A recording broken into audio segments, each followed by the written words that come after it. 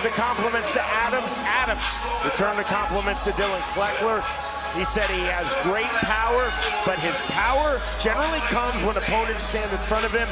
I am not the fighter to stand in front of Dillon Kleckler. I'm going to move, I'm going to circle. Well, that's what he said. He said power doesn't work on a moving target. He plans on being the moving target the entire time. He said he doesn't want to get caught looking for something either. So just fight there, take what he gives you. Don't try and force anything. Adams said his main focus in training was cardio, and he said, I developed cardio through swimming. He said, as an added benefit I wasn't expecting, it's improved my leg strength.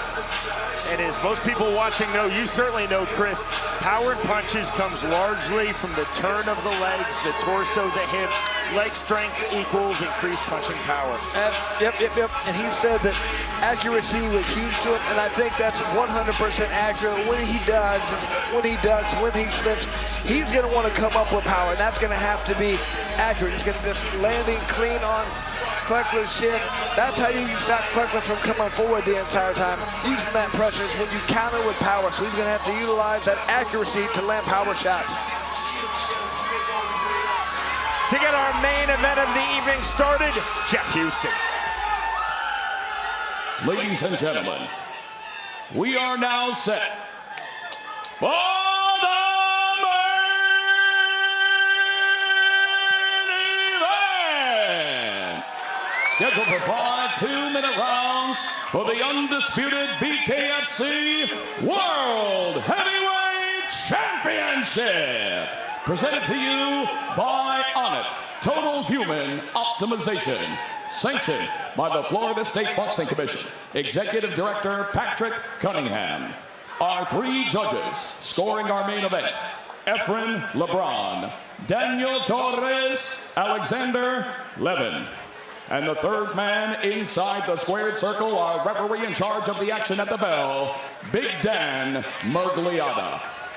And now, with our bare knuckle fight fans watching live worldwide on Bare Knuckle TV from the Caribe Royale Fight Fans of Orlando, it's time to knuckle up!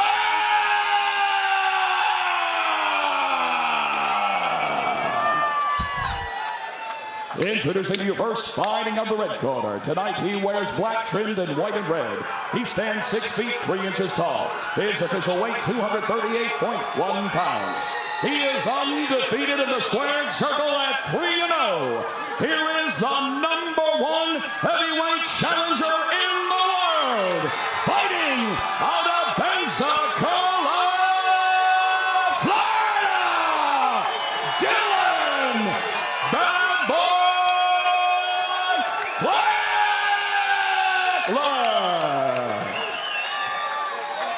And across the ring, his opponent fighting on the blue corner. Tonight, he wears black trimmed in purple and gold. He stands 6 feet 3 inches tall. His official weight, an even 257 pounds. His impressive bare knuckle record stands at 6 victories opposite a single defeat.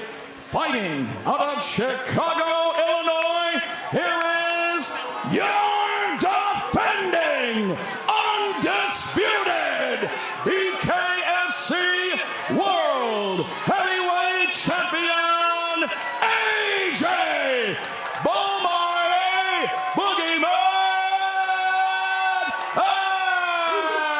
Adams.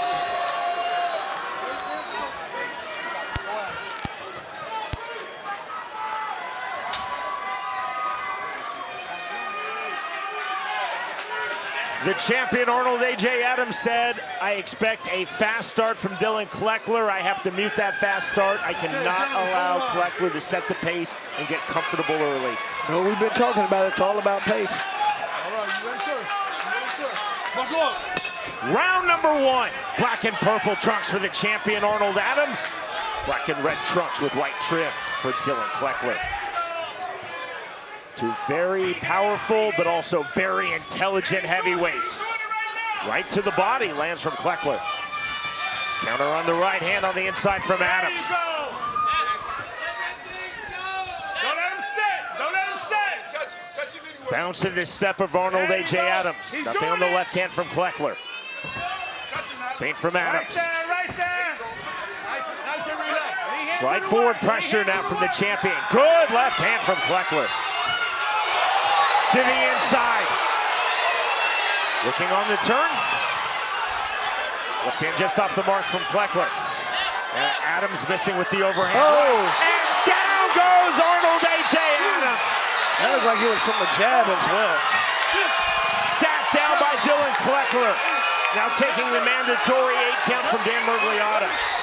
And that is huge right there for the scorecards. Especially from the guy who tends to win 5-round decisions. Knee hand. Kleckler to the body with the left jab. Lead left hook knocked there into the clinch. Good job. Off the jab. Right hand on the out from Kleckler. Did not fully land. And I would not be surprised right now if you see Adams try to really get inside for a little bit and push his opponent around, make him wear him out. Adams off the double jab entry, left hand. Adams trying to turn up the pressure, overhand right. On the duck under. Left hand, another right hand, this time lands by Adams. Kleckler with the right hand, the left hand, counter right hand by the champion, another right hand by Adams. Both fighters throwing it, down goes Dillon Kleckler. One knockdown apiece. You cannot be saved by the bell in any round. Dan Mergliotta continues his count. Hey, put your hands up. Okay? Kleckler tells Mergliotta he wants to continue, and that is the end of round number 1. One knockdown apiece. And that was huge right there for Adams. He looked like he felt a sense of urgency right there. He said, I have to do something to change the pace of this. Boy, did he do it.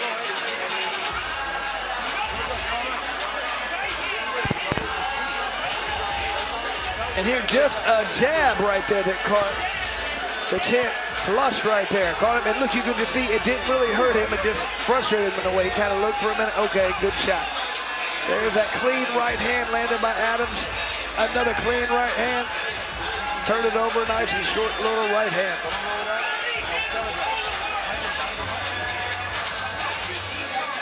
You see Bellator veteran Lloyd Carter in the corner of Arnold A.J. Adams. Down to the Kleckler corner. Back to the jab, be on point. You're holding his head well. And Man, that was a huge comeback right there for Adams because otherwise, down 2 points, starting off the first round. Take a sip. So with one knockdown apiece, first Adams down, then Kleckler down. The 3 Florida judges scoring ringside essentially have to say the 2 knockdowns cancel each other out. Beyond that, who do they feel won the round? Ready? Buckle up. Round number 2.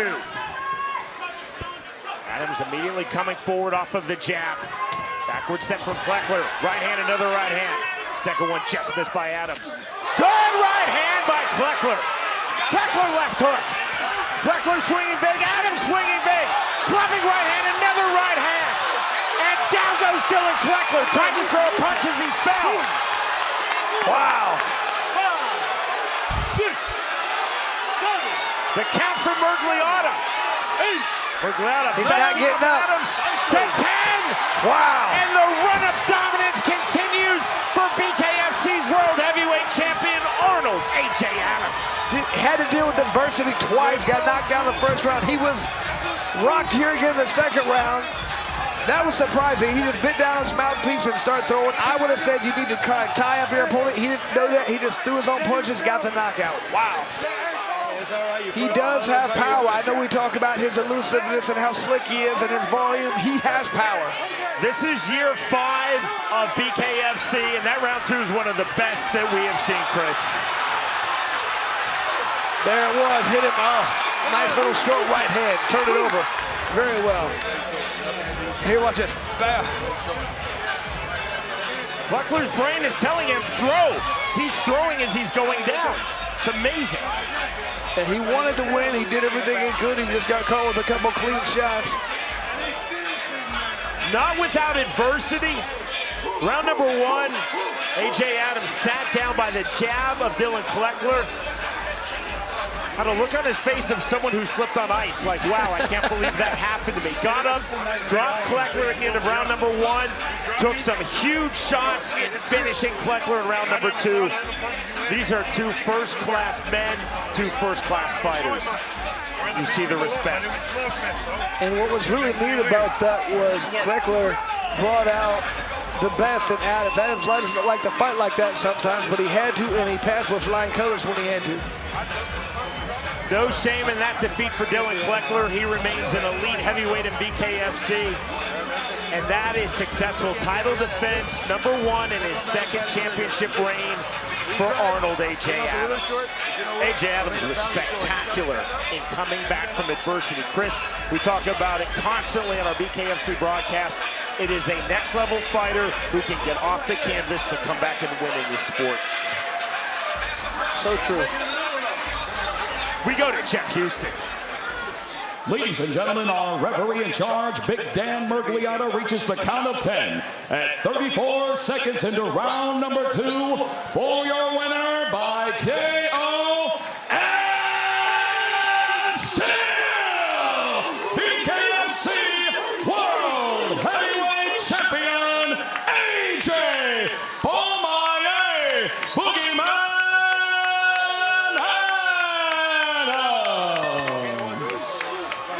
All right, I'm standing by here with the boogeyman, A.J. Adams. You know, A.J., they say that you're not really the champion until you defend that belt. Well, you defended that belt tonight in spectacular fashion. How you feeling right now, my man? Hey, man, I feel ecstatic. I had a feeling it was going to be a slugfest, and when he woke me up in the first round when he dropped me. I was in the back falling asleep watching Mondale and Lane fight. He came in, boom, sat me down. I sat there for a minute, regained my composure. My breathing been good. I put in the work this training camp. Got back up, what'd I do? Drop him, same round. Come back second round, he caught me again with something nice. He's quick, and them looping punches landed, but them straight punches hurt. You know, listen, we talked backstage. We talked about all this new blood coming into the heavyweight division. You're the king. You're the one with the target on your back, man. You got a guy like Big Ben Rothwell. You got these guys coming in. We gotta have a message for these guys. Hey, man, y'all see what it is. He been eating people up, right? He 3-0, 3 stoppages. I put him to sleep. He didn't want to get back up. Come on, what's up? Matter of fact, Amber Fields, you not here, baby, but you commented several times, he got to beat me. What's up now? Hey, listen, a lot of people get you here. AJ, you got a big team behind you, man. I know you got some people you want to thank. Everyone that's in my corner, my fans, my supporters, my family, my brothers. You know, they fed me during training camp. Shout out to my coach, my boxing coach, Mike Davis. He didn't make the trip this time, but I got a lot of work in with him. Where's she at? Amber, my little section over here. Amber, hey baby. My mama, everybody else. It's too many names right now, but everybody that made the trip on behalf of me. Matter of fact, shout out Dillon Kleckler fans. Y'all can't boo me, I get booed, I turn up. I see you over there, what's up, my boy? Gonzo, what up? Yeah. Guys, here he is. He is your heavyweight king, your champion, AJ Bomaye Boogeyman Adams. The world's most exciting combat sport, Bare Knuckle Fighting Championship presents BKFC 36, Friday night, February 24th, with a historic world title match as heavyweight champion Arnold Bomaye Adams battles the undefeated Alan the Talent Belcher. Also, the always dangerous Kaleb Lionheart Harris knuckles up with a warrior trying to continue his winning ways. Brad Machine Gun Kelly. Be a part of history. Watch BKFC 36 on the BKFC app. Download it now at bkfc.com. Welcome to the new BKFC app. Watch every live Bare Knuckle Fighting Championship pay-per-view event for $7.99 a month. Enjoy our all-new library of content, including behind-the-scenes access, exclusive BKFC original series, and additional live Bare Knuckle fights from around the globe. Knuckle up with the new BKFC app, only $7.99 per month. We have a heavyweight world title eliminator. Alan Belcher versus Frank Tate. The numbers presented by Crescent Tools. And Sean, you can see here it's not only the reach advantage, which is significant for Frank Tate, but it's also a huge weight advantage. If it is inside, he needs to lean on Alan Belcher, wear him down, but he really wants to stay long and land that big punch. Frank Tate, veteran of 4 bare knuckle fights, 2-1 in BKFC. He's also had 13 pro MMA bouts in his career, 2 of which took place in Bellator. Frank Tate has massive belief in his knockout power with both hands. He told us very confidently in our fighter meeting, Chris, he just needs to land 1 shot. When we asked him, what's your most important punch? He said, it doesn't matter. If I land with anything, right hand or left hand, Alan Belcher is going to sleep. He definitely believes in that, and from watching his last few fights, I'm starting to believe in that. Alan has to be pretty perfect here, so what Frank wants to do, he makes sure he doesn't sit back. He wants to come forward and fight. He doesn't want to counter. He wants to get off first. He wants to stay long, make sure he lands that punch at the end of the full extension. Tate said, I respect Belcher's high-level MMA experience, but I feel that he's overconfident. He is just not on my level with power, with striking. Said he wants to be comfortable out there, make sure he doesn't get overexcited, stay relaxed, stay with the game plan, land that big punch in the night.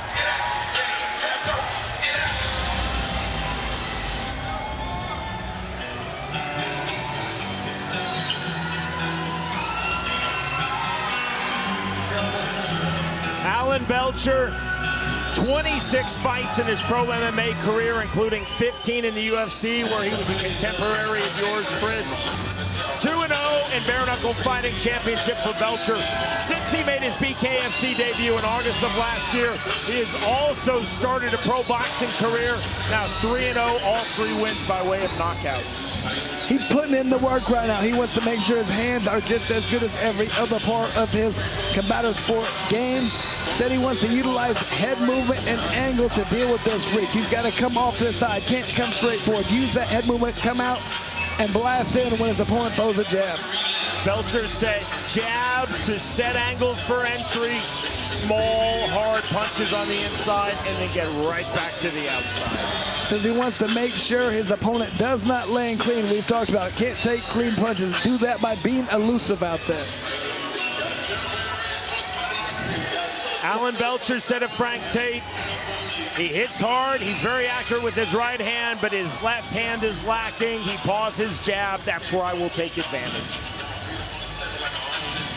To get our main event started for the 36th time in BKFC history, back to the always phenomenal Jeff Houston. Ladies and gentlemen, we are now set for the main event, featuring a heavyweight world title eliminator scheduled for 5 2-minute rounds, presented by Onnit Total Human Optimization, sanctioned by the Mississippi State Athletic Commission, Chairman Randy Phillips. Our 3 judges scoring at ringside, M.H. Callahan, Julian Childress, and Chris Pacasesi. And the 3rd man inside the squared circle, our referee in charge of the action at the bell, Bobby Wambacher. And now, with our bare knuckle fans watching live worldwide on the new BKFC app from the sold-out Jackson Convention Complex. Fight fans of Jackson,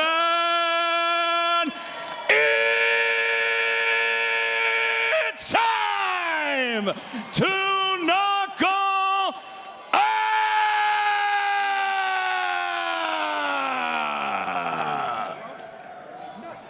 Introducing to you first, fighting out of the red corner. Tonight he wears black and red. He stands 6 feet 4 inches tall. His official weight, 259.2 pounds. His bare knuckle record stands at 2 victories opposite a single defeat with 1 fight even. Fighting out of Birmingham, Alabama, here is Big Frank Tate.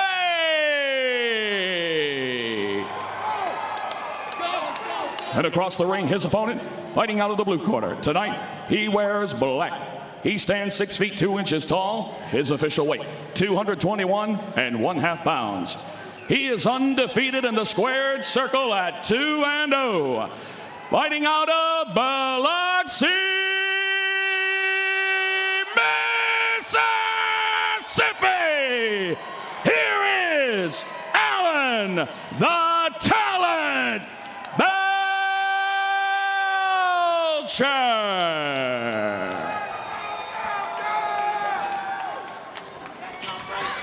Frank Tate told us, I cannot let Alan Belcher settle into a comfortable rhythm.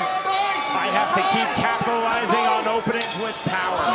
Round number 1. Black trunks for Alan Belcher. Black and red trunks for Frank Tate. Tate to the body. Long straight jab. There's the right hand from Tate. And right hand from Tate. Left hook. Well blocked by Belcher, but it still moved him. Belcher's gonna have to figure out a way to get inside right here. There's the left hand that lands from Belcher. Belcher misses on the overhand right. Seems like Belcher's scared to get hit. Belcher to the inside.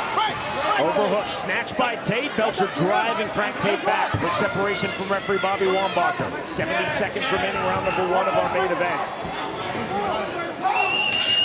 Jab to the body from Belcher. And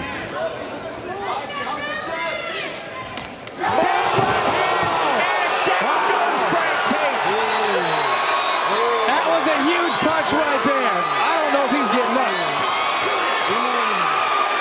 The count of 10 rings and the win for Alan Belcher. Next fight for the BKFC World Heavyweight Championship.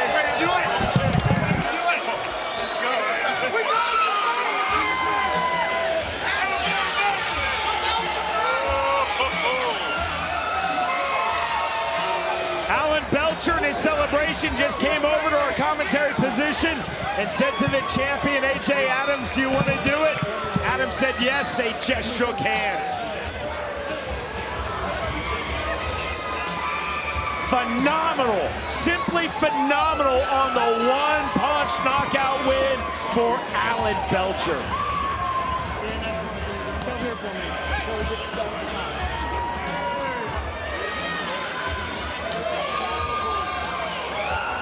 Belcher came in 221.5 to Tate's 259.2. Belcher fully aware of the massive power of Frank Tate and showed the massive power mixed with timing of his own. Good job, John. Watch the champion Arnold AJ Adams.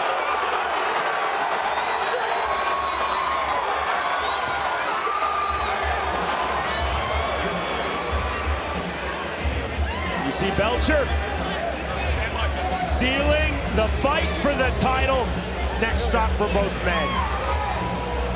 We go to Jeff Houston. Ladies and gentlemen, our referee in charge, Bobby Wambacher, reaches the count of 10 at 1 minute 10 seconds of the very first round for your winner by KO, and he is now the #1 contender for the BKFC World Heavyweight Championship, Alan the Talent Belcher.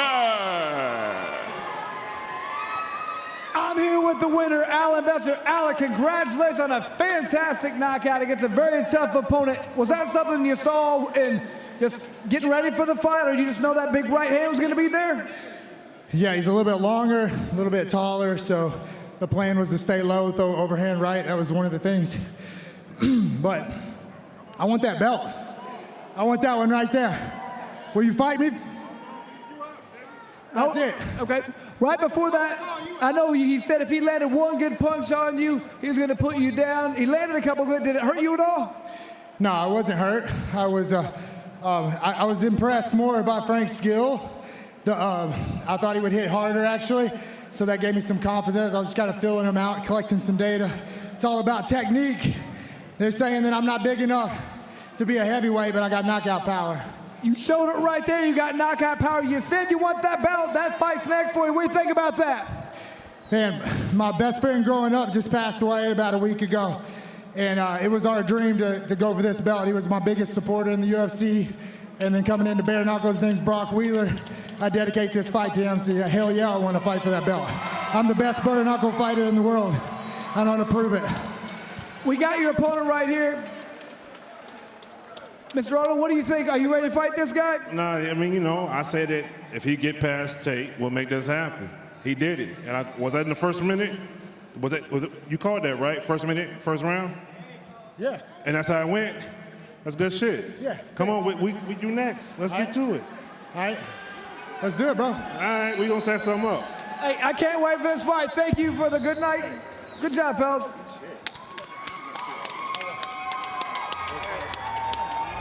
Two massively powerful, massively talented heavyweights, and a massive one-punch knockout win for Alan Belcher as he earns a fight versus the champion AJ Adams for the BKFC heavyweight strap. In our main event of the evening, the winner by way of first-round KO, Alan Belcher defeats Frank Tate. The world's most exciting combat sport, Bare Knuckle Fighting Championship presents BKFC 36, Friday night, February 24th, with a historic world title match as heavyweight champion Arnold Bomaye Adams battles the undefeated Alan the Talent Belcher. Also, the always dangerous Kaleb Lionheart Harris knuckles up with a warrior trying to continue his winning ways. Brad Machine Gun Kelly, be a part of history. Watch BKFC 36 on the BKFC app. Download it now at bkfc.com. Welcome to the new BKFC app. Watch every live Bare Knuckle Fighting Championship pay-per-view event for $7.99 a month. Enjoy our all-new library of content, including behind-the-scenes access, exclusive BKFC original series, and additional live Bare Knuckle fights from around the globe. Knuckle up with the new BKFC app, only $7.99 per month. Feature fight time in the lightweight division. James Lilley versus Tyler Goodjohn. And Sean, both guys here the same height, virtually the same reach, weight. Everything's the same with these guys. It's just going to be about what's going to win that distance, the head movement, who's going to be able to land that first punch. Both these guys very similar. This is not what this is about. This is about who's able to implement their game plan. Our tale of the bet is presented by DraftKings Sportsbook. And this is another intriguing one. All the money it looks like is coming in on Tyler Goodjohn, who is the favorite.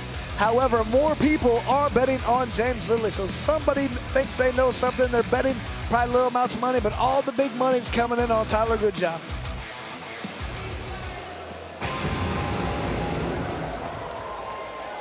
In football, in rugby, and certainly in fighting, there's always something special about Wales versus England. That's what we have in our feature fight. There is the England part of the equation, the Englishman Tyler Goodjohn. 13-5 in his pro boxing career, 4-1 in his bare knuckle career. July of last year, 2 weeks after Tyler Goodjohn lost a hard-fought 5-round unanimous decision versus the champion Luis Palomino, he received a call from the champ.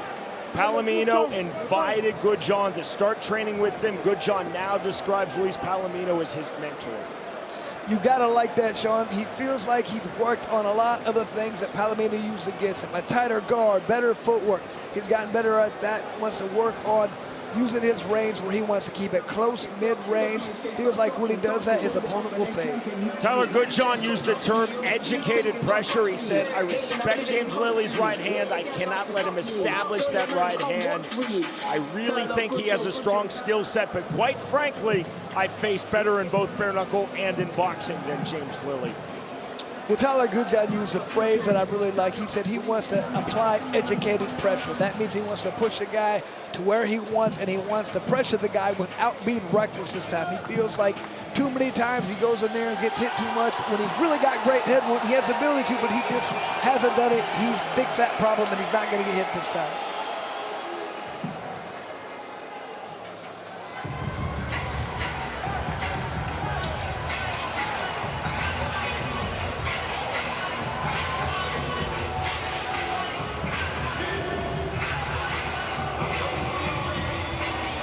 draped in the flag of his native Wales, James Lilley. 6-0-1 in bare knuckle. He's had 11 pro MMA bouts, 14 pro boxing matches. Lilley said, I love the big BKFC ring. I want to fully utilize that big ring. Constantly fire off my jab and then combinations off of the jab. Wants to utilize his angles and then punch right after utilizing those angles. Feels like he has more power than his opponent. Wants to utilize in and out movement and use that whole ring. Cannot get trapped in the rope. Lilley said of Tyler Goodjohn, he's very aggressive, he's very tough. I know he will keep coming forward, but with that, I believe he's extremely hittable. He feels like a lot of times Tyler uses such good head movement. He wants to throw that jab, but then follow up with it. If you just throw one jab and allow Tyler to move his head, it only works if you don't throw another punch. If you keep throwing punches, you're gonna land your second, third punch, maybe not the first. Again, Jeff Houston. Ladies and gentlemen, from the Ovo Arena, Wembley, we are set for our feature fight of the night. Scheduled for 5 2-minute rounds in the lightweight division. Presented to you by Lions Not Sheep Apparel. Introducing to you first, fighting out of the red corner. Tonight he wears black and gold. He stands 5 feet 9 inches tall. His official weight, an even 155 pounds. His bare knuckle record stands at 4 victories, opposite 1 defeat. He is a former BKFC World Lightweight Title Challenger, fighting out of Ely, Cambridgeshire, England. Here is Tyler El Tornado Goodjohn. And across the ring, his opponent fighting out of the blue corner. Tonight he wears red and white. He stands 5 feet 9 inches tall. His official weight, 155.9 pounds. He holds an undefeated bare knuckle record at 6-0 with 1 fight even. Fighting out of Swansea, Wales. Here is the undefeated James Lights Out Lilley. And our referee in charge of the action, Andrew Glenn. James Lilley told us, I feel I have more power in my punches than Tyler Goodjohn, but with that said, I have to utilize the full ring. I cannot allow Goodjohn to put me against the ropes. Round number 1. Red trunks for the Welshman, James Lilley. Black trunks for the Englishman, Tyler Goodjohn. Big swings from Lilley, straight punches. Goodjohn now initiating that clinch. And that one looked like it actually hurt Tyler Goodjohn right away. Andrew Glenn telling Tyler Goodjohn, listen when I break, there were 2 uppercuts. No complaint though from Lilley. Good combination right there by Lilley. High tight striking guard for Goodjohn, but Lilley landing cleanly. Entry on the left hook, snap jab now from James Lilley. And Lilley did a great thing that he went to the body. To the clinch, now to the body, overhook from Tyler Goodjohn. Goodjohn coming forward off the jab. There's the one right back from Lilley. Lilley on the 1-2-2-1, that was slick. Doubling and tripling the jab is James Lilley. Still Goodjohn comes forward, walks into that jab. See the high, tight striking guard of Goodjohn. Lilley continuing to throw to Goodjohn's head. Goodjohn's slight abrasion under his left eye. Multiple jabs from Lilley, who's now cut outside of his left eye. Goodjohn keeps walking forward through these punches. Walking forward, but he has to throw more punches, so you can't just continue to block. 40 seconds remaining, round number 1 of our feature bout. We're at 155 pounds, 2 of the best on the entire BKFC roster. Mixing the step of Lilley on the outside. Goodjohn coming forward again. Left hook on the entry, now 2 rights to the body from Tyler Goodjohn. See the blood smear around Goodjohn's left eye. From Lilley, jab again. Stiff jab from Goodjohn. Lilley's doing exactly what he said. He's trying to utilize that whole ring. Goodjohn continuing to throw to the body. Here's the clean break. That is the end of round 1. Man, I can just see Tyler Goodjohn. His left eye is already swollen up pretty good. A lot of blood right there as well.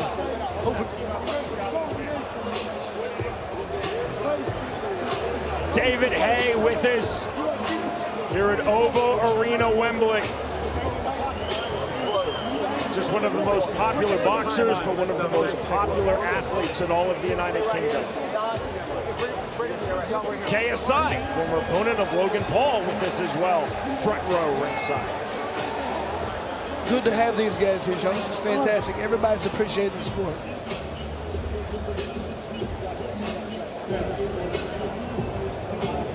Come on, Tyler. Let's go. Let's go, Tyler. Let's go. Let's go. Let's go. Let's go. Set for round number 2. Time called by Andrew Glenn. Sending Lilley to the neutral corner. This is going to be a medical assessment from Dr. Don Musi. Oh, that's a nasty cut on the eyelid. Okay. Thumbs up from Dr. Musi. Call it knuckle up. Round number 2 officially begins. James Lilley does a good job of coming right back with that double jab. Wait this time to throw that right hand. To the clinch. Thudding left hands to the head from the inside. Hard on the half-tie plum combination on the way out from Lilley. Now the jab. John missing with that jab. Lilley lead left hook, overhand right. Lilley is throwing some very clever and creative combinations. See Goodjohn wiping the blood away from his eyes. Goodjohn, always outstanding head movement, but took that right hand. Stop! Break! Break! Step back, Because of the duck under from Goodjohn. 1:15 remaining, round 2. 2 missed there from Goodjohn. I've seen Lilley throw some right hands in the body. I'd like to see him throw a little more. Every time Tyler Goodjohn keeps those hands up, the body's open. There's been non-stop forward pressure from Tyler Goodjohn and non-stop punching from James Lilley. break! Break, gentlemen, break! Step back, step back, step back. Knuckle up! The break for that from Andrew Glenn is because of the head positioning. It's not a half-tie plum, but fully smashing over the head by Goodjohn of Lilley. And 40 seconds to go, round 2. Off the jab goes Tyler Goodjohn. Goodjohn with the feint with the right hand. Rear left uppercut on the turn by Lilley.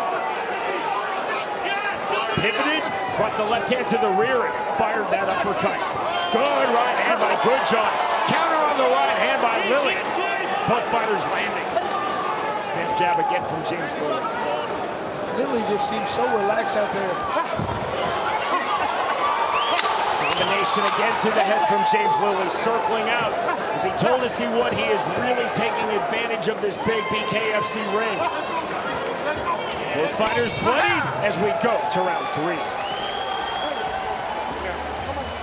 Really been impressed right now with James Lilley's ability to be elusive out there. He's not moving too much, just enough to get out of the way. It's all good, man. Keep pumping out in them, yeah? Keep double, triple, quadruple, whatever you want to do. So they're telling him to quadruple that jab, do whatever he needs to do to land those punches. He moves just out of the way and he throws a punch, and then he utilizes the ring like he said. Makes Tyler Goodjohn continue to come forward and gives himself some free shots at him. Different level. Different level. Combination, different level. Come on. Let's go. 2-3 punch. Let's go, Warrior.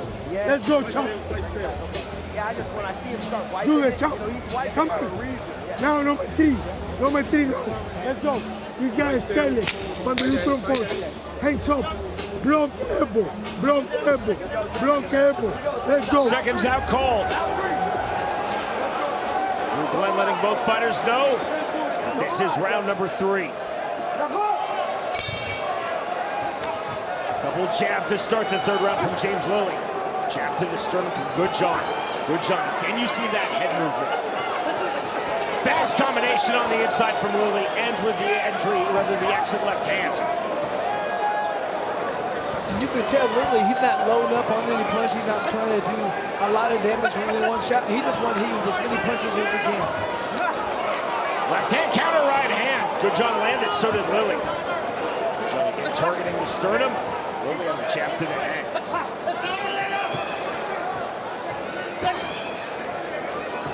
Roll under, you see from James Lilley. Swing and a miss from Good John with the right hook. 1:15 to go, round 3. Jab again from Lilley. Right hand just off the mark. Good John couldn't fully land. Entry on the jab, overhand right misses from Lilley. Jab, that lands from Good John. Can you see the hand speed, the combination from James Lilley? Here's those quick punches. Like I say, doesn't care how hard he hits, just wants to land them. Lilley inside, lands the combo, back outside, sticks the jab. Good John continuing to walk forward. Good John is taking a lot of punches, but he's also blocking a lot of punches with that high, tight striking guard. I think he's headhunting a little bit too much. It's Tyler Good John. He needs to turn that under and land some of those punches to the body. Over the head by Good John, draws the immediate separation from referee Andrew Glenn. James Lilley doing a great job of ducking, moving out of the way, but you can't do that if he's thrown to the body. Overhead right misses from Good John. Right to the body, lands left to the body. There's a stiff jab from Good John. Rear left uppercut from Lilley again. He's fighting ortho, but you see he pivots, pulls the left hand to the rear, lands the uppercut. He's done that twice now. That is the end of round 3.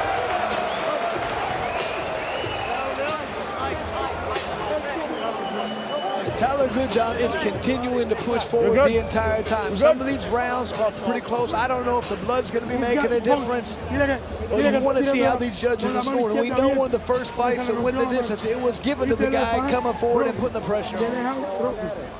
Go.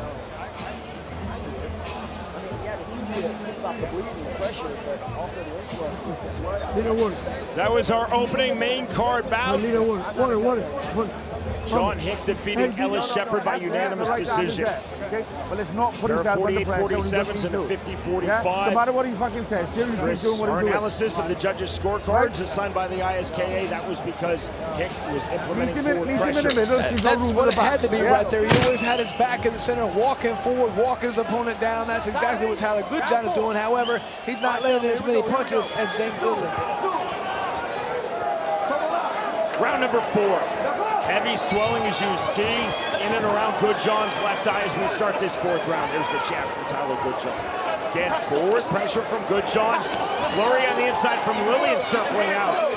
Lilley does a great job of just throwing 3-4 punch combinations, 5 punch combinations, mid movement. Glenn just told Good John, keep your hands closed. Can't extend your fingers. You can't legally open hand slap under this BKFC rules. Flurry again, and the left hand on the exit from Lilley. Jab on the entry from Good John. Stiff jab, counter right, left hand just off the mark from Good John. 80 seconds remaining, round 4. See the roll under, the duck under from Lilley. Hey, Tyler Good John just let him off the ropes right there. You need to dig to that body when they're in that position.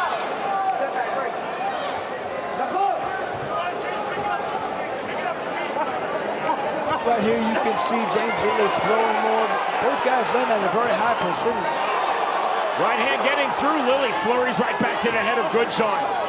Good John starting to really load up that right hand and find a home for it here in round 4. Jab from Tyler Good John again on the forward pressure. Jab on the exit pressure from James Lilley. And indeed it is exit pressure. He's moving out and he's landing the jab virtually every time, James Lilley. 30 seconds to go in the 4th round. 1-1-2 from Good John. Again, you see Lilley circling out.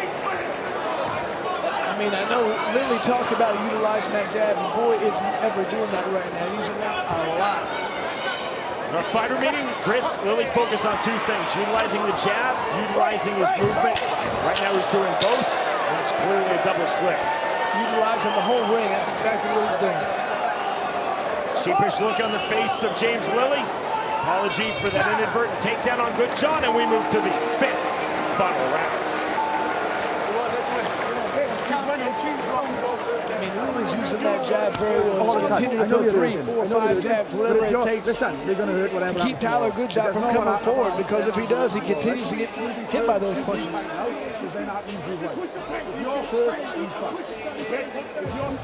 All time escape. Open your mouth. You go reach on his perfect. Open mouth. Let's go, champ. Let's go. Do it really well. Let's go. Let's go. Let's go. Let's go. 2, 3 combination. Now the warrior. Now the one. Now the one. Now one. Really well. Go. 4 combination. 4 combination. Repeat. 4 combination. Go. Let's go.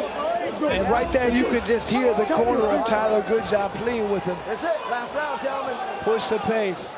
All right, here we go. Towards the line. There's a professional rivalry between James Lilley and Tyler Goodjohn, but it's not a personal rivalry. Mutual respect flowing in both directions. 5th and final round of our feature fight. BKFC 27 from London. A tight striking guard for Goodjohn. Goodjohn does not let go with the right hand. Jab to the body, not there. Get to the inside. The left uppercut. Up jab on the entry from Goodjohn. Good right hand by Goodjohn. Lilley is still doing a great job just avoiding head movement, rolling underneath punches, coming up with his own punches when he needs to. Oddly, Chris, both fighters are implementing their game plan. We don't often see that. Very true.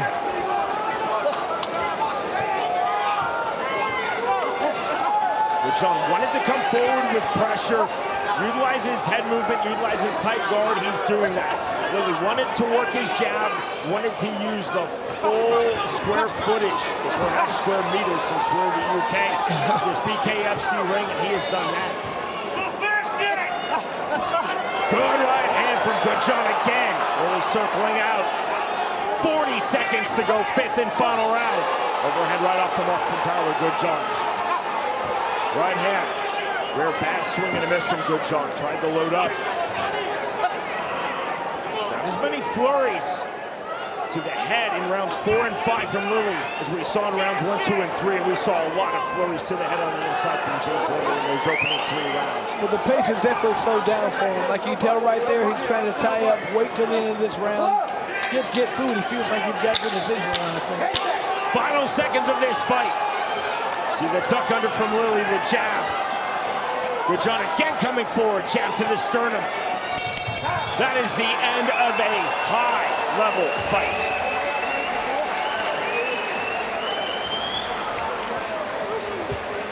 Again, our 3 judges here in London, assigned by the ISKA, scoring on the 10-point must system.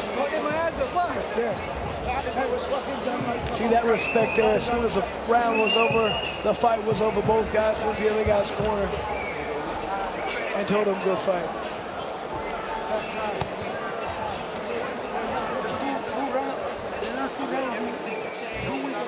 Some final stats here. Look at total strikes. Both guys very even with the number of strikes thrown. Both guys landing at a fairly similar percentage, 38, 43. Surprisingly enough, look at that. I mean, James Lilley throwing almost 200, almost all those punches virtually to the head. Very similar in percentage once again. Tyler Goodjohn did a little bit more work in the clinch, landing most of his punches thrown, but this was not a lot of work in the clinch. Very close, very competitive fight. This will come down to, will the ISKA judges favor the continual forward pressure of Tyler Goodjohn or the flurries and the movement of James Lilley? We shall see. Truly anxious moments for both men. Sean, we got a little bit of blood on our paperwork over here, so definitely a bloody fight right there. Hence why we never wear white. That and my ruddy complexion, that's the other reason. So that's strike 1 and strike 2.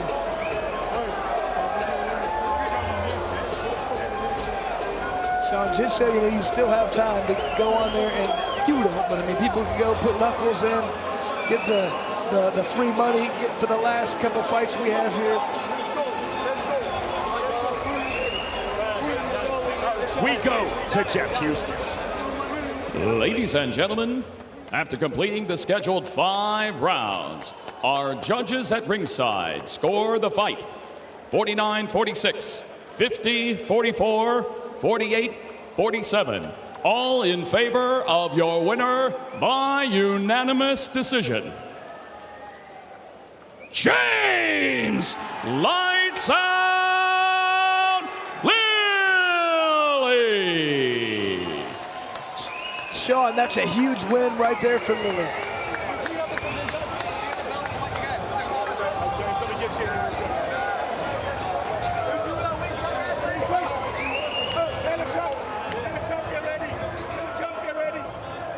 All right, ladies and gentlemen, standing by with your winner, James Lights Out Lilley.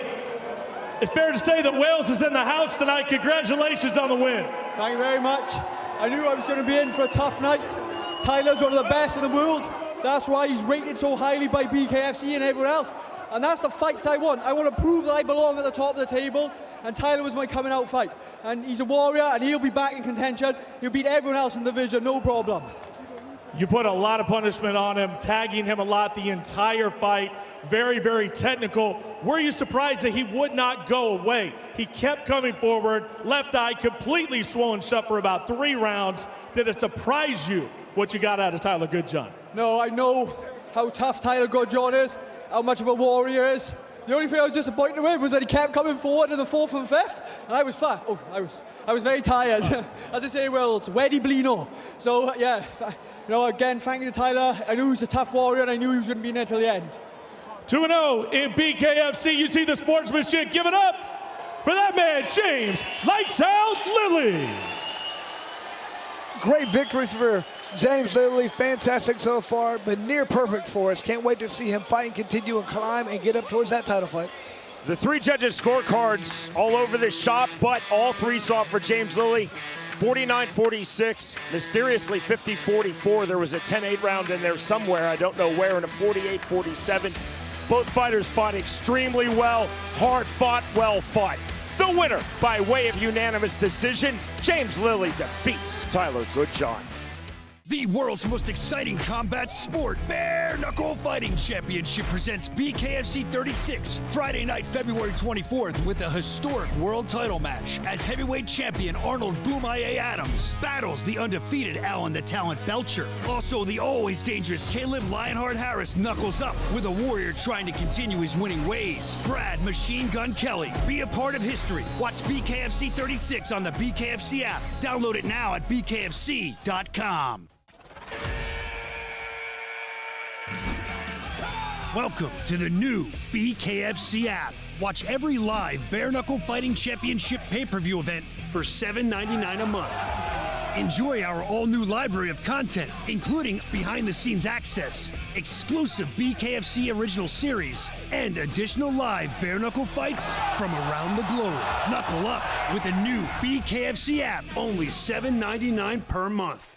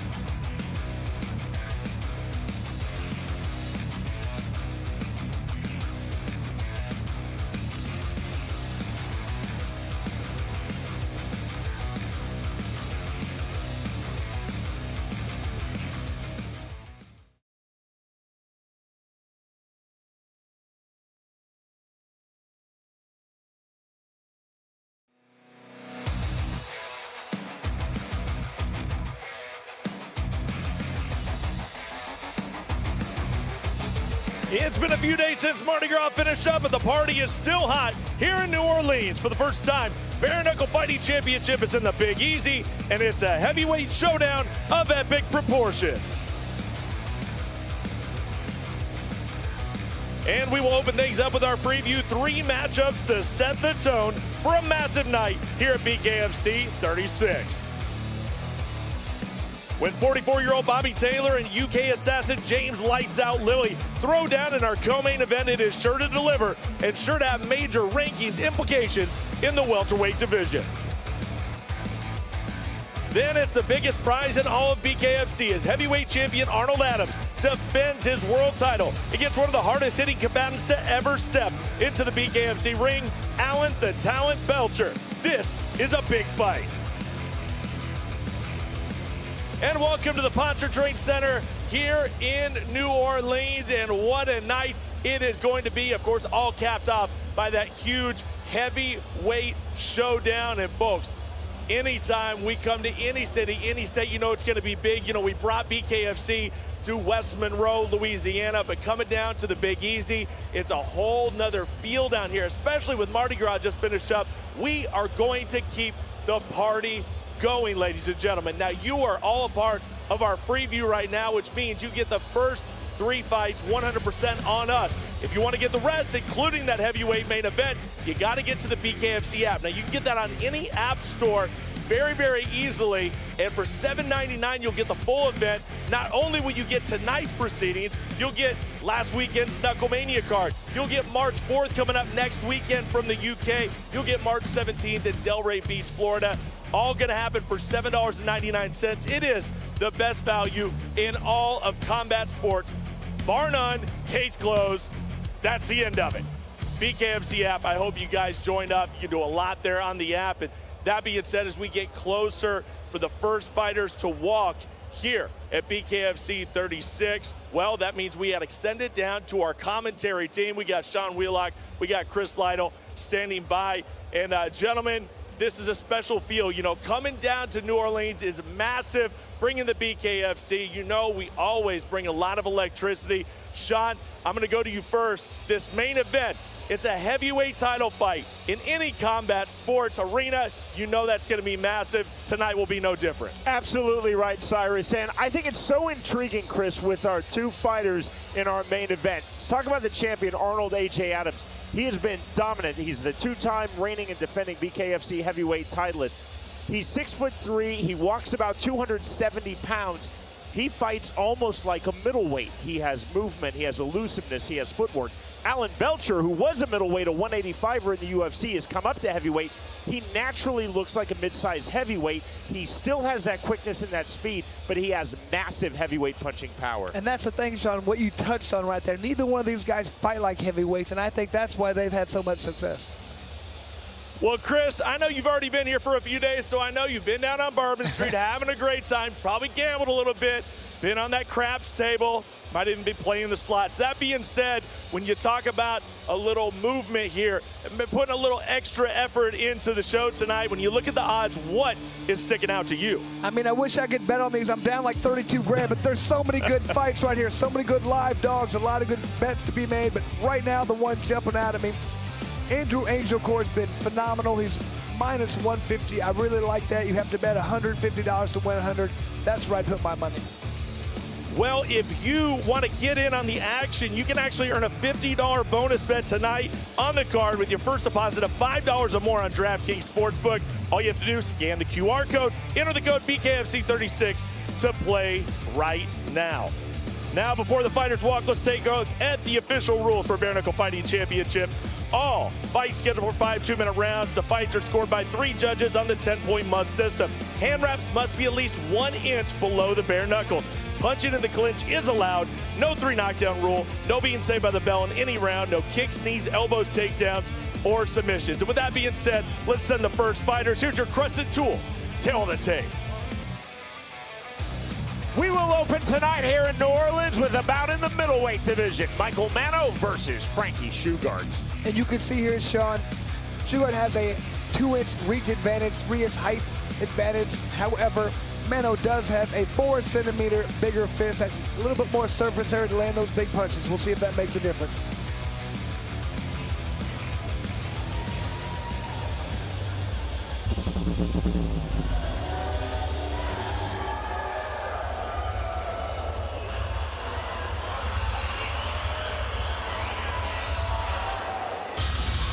This is bout number 2 in Bare Knuckle Fighting Championship for Frankie Shugart.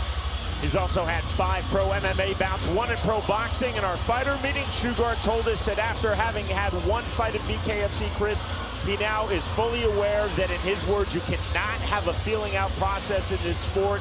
He said, I want to be quick. I want to continually land first in every exchange. He said he wants to jump on his opponent right away. Really big for him, landing big shots, putting pressure on. Feels like he's got to keep his hands up high and angle off when need be. Of his opponent, this middleweight bout, Michael Manno, Shugart used the word smother. He said, I want to smother Manno's punches.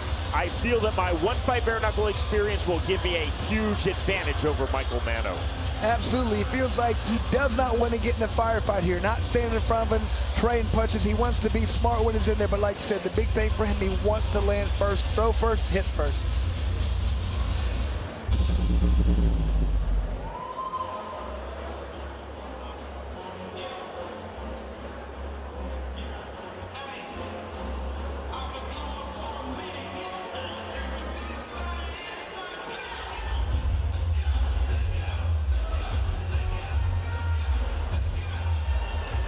This is the BKFC debut for Michael Manno. He's a veteran of 3 professional mixed martial arts bouts and 1 in pro boxing.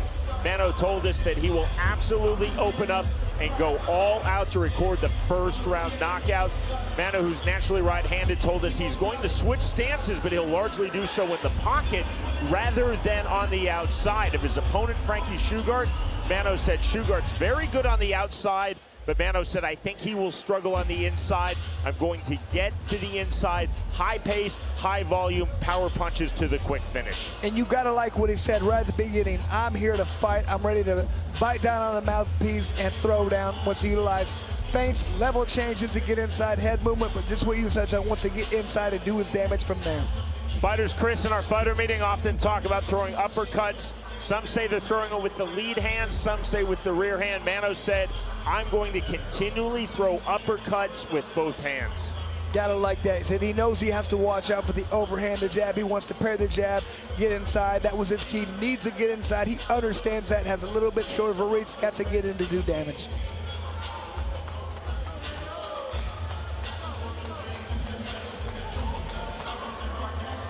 To get us started, here is Jeff Houston. Ladies and gentlemen, a very good evening to you and welcome to the Pontchartrain Center here in the Big Easy, New Orleans, Louisiana. And welcome to BKFC 36. BKFC for review begins with 5 2-minute rounds in the middleweight division, presented to you by Lions Not Sheep Apparel. Introducing to you first, fighting out of the red corner, tonight he wears black and navy. He stands 6 feet 2 inches tall. His official weight, 174 1/2 pounds. He steps into the squared circle tonight for the 2nd time. Fighting out of Oxford, Mississippi, here is Frankie Four Fingers Shugart. And across the ring, his opponent, fighting out of the blue corner. Tonight, he wears black and silver. He stands 5 feet 11 inches tall. His official weight, an identical 174.4 pounds. Tonight, he makes his BKFC debut. Fighting out of Shreveport, Louisiana, here is Michael, the Port City Soldier, Manno. And our referee in charge of the action, Bobby Wambacher. Frankie Shugart told us, I cannot allow Michael Manno to suck me into a brawl. I have to keep my hands high, negate his looping shots, and settle it with my own boxing. Round number 1. Rapid fire start off the scratch line for Michael Manno, just as he told us he would. He's in the black and silver trunks, black and blue trunks for Frankie Shugart, playing a lot of defense, high tight striking guard. Unloading with the shots is Michael Manno. He just looked over to the referee, Bobby Wambacher, and down goes Frankie Shugart. Just all over him right there with Manno. Shugart looked hurt. I'm not sure if he's getting that shot. Bobby Wambacher with the 10 count. Wow. He reaches 10, and just like that, the win with emphasis in his BKFC debut from Michael Manno. And Sean, you gotta like it when somebody does what they tell us they're gonna do. He said he's gonna come out right away, throw bombs. That's exactly what happened. That was a quick fight. It was a great idea, just not giving your opponent a chance. Jumped all over from the beginning. Again in our fighter meeting, Michael Manno very clear. I laid out his strategy. He said, I'm going to open up off of scratch, go all out for the first round knockout. That's exactly what happened. I mean, Frankie said the same thing, be first. He was not first, and look what happened. That was the result. Just a barrage of punches in. It's easy to punch like that when you're not fearful of your opponent throwing back. You have to fear that he's going to throw back. In that flurry, for the briefest of moments before Shugart went down, Manno looked over to referee Bobby Wambacher, almost to say to Wambacher, although he didn't verbalize it, just looking at Wambacher to express. Did you get the time yet? I think you need to get my opponent out of here. He's about to go down. Wambacher continued to let the punches flow, and freely so, as he should. Manno continued to throw all the way to the finish line, all the way to now 1-0 in BKFC. Told you it was gonna be like that. Your hands okay? How's your hands? Here is Jeff Houston. Ladies and gentlemen, our referee in charge, Bobby Wambacher, reaches the count of 10 at 25 seconds into round number 1 for your winner by KO, Michael, the Port City Soldier, Manno. That was a great debut for Manno. Showed a lot of offense, hard hitting. Comes right after. We didn't get to see much defense, but hopefully we'll see that next time, Sean. Well, Frankie Shugart told us he did not want to get sucked into a brawl. He really had no choice. He was pulled into playing all defense on an absolutely brilliant start, brilliant performance, and brilliant finish by Michael Manno. The winner by way of first round knockout, Michael Manno defeats Frankie Shugart.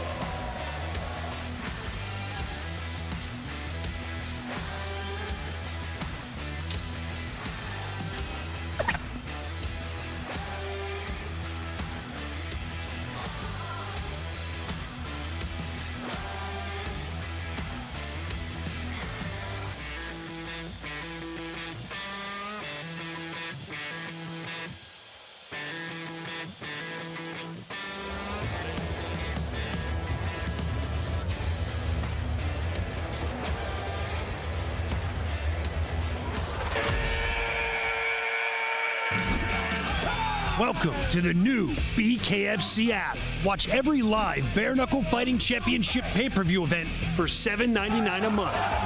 Enjoy our all-new library of content, including behind-the-scenes access, exclusive BKFC original series, and additional live bare knuckle fights from around the globe. Knuckle up with the new BKFC app, only $7.99 per month. Let's go! Tonight only, you'll receive a free gift with any purchase of $25 or more at bareknuckleshop.com. Check out the huge selection of merch to choose from with sizes and styles for everyone. You can place your order now at bareknuckleshop.com. And again, a reminder, if you spend $25 or more, you'll receive a free gift. So knuckle up at bareknuckleshop.com.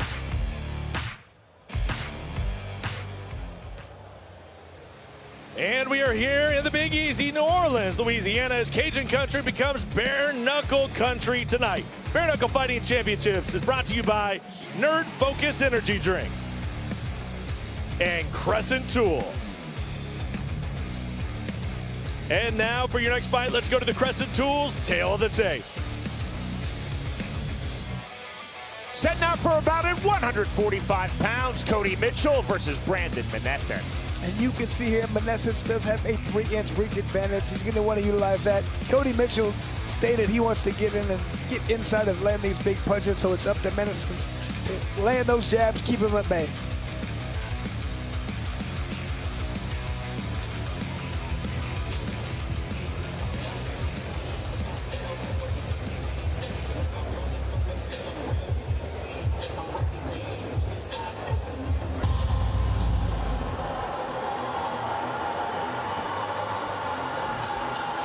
Brandon Meneses, set to make his BKFC debut.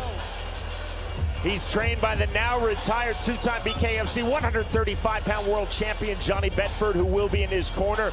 Meneses said Bedford has taught him that in the sport of bare knuckle, you don't have to throw hard, you just have to land consistently. Absolutely. Meneses wants to be a slick sniper out there with in and out movement. Feels like he can break his opponent mentally, and then he will break him physically after that. Meneses, a veteran of 2 pro MMA bouts, naturally right-handed. He said, I prefer to fight southpaw, although I will occasionally switch. I want to be, his word, methodical in this bout.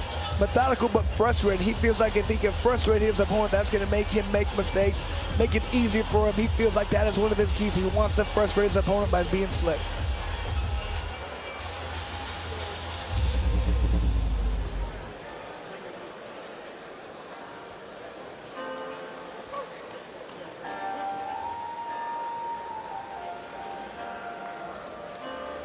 Cody Mitchell now set for his BKFC debut.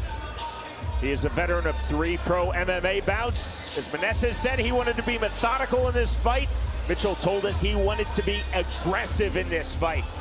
Mitchell said, I'm going to keep moving forward. I'm willing to take shots from Meneses to get to where I want to be, which is to the pocket. And once I'm in the pocket, I'm going to stay in the pocket.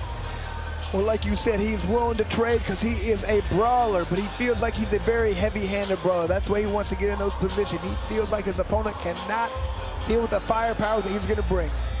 Mitchell also told us in our fighter meeting, I want to start fast, but I don't want to go too hard because I know with these 2-minute rounds, there's a tendency for fighters to gas themselves out. Even though this is my bare knuckle debut, Mitchell said, I know I have to pace myself. Steady pressure, steady aggression, but don't gas myself out. Don't go all out in the opening 10 seconds. And Sean, we talked about Mitchell being a brawler, but you know he studies. He said he wants to get outside that lead foot. You got a southpaw versus right hand, and that's what it's all about. That means he studied and he understands. That's where the fight is. Once again, Jeff Houston. Fight fans of New Orleans, we are set for the next fight of the night, scheduled for 5 2-minute rounds in the featherweight division. Presented to you by Nerd Focus Energy, the original think drink. Introducing to you first, fighting out of the red corner, tonight he wears teal. He stands 5 feet 9 inches tall, his official weight 143 1/2 pounds. Tonight, he makes his BKFC debut. Fighting out of Fort Worth, Texas, here is Brandon the Voodoo Child Meneses.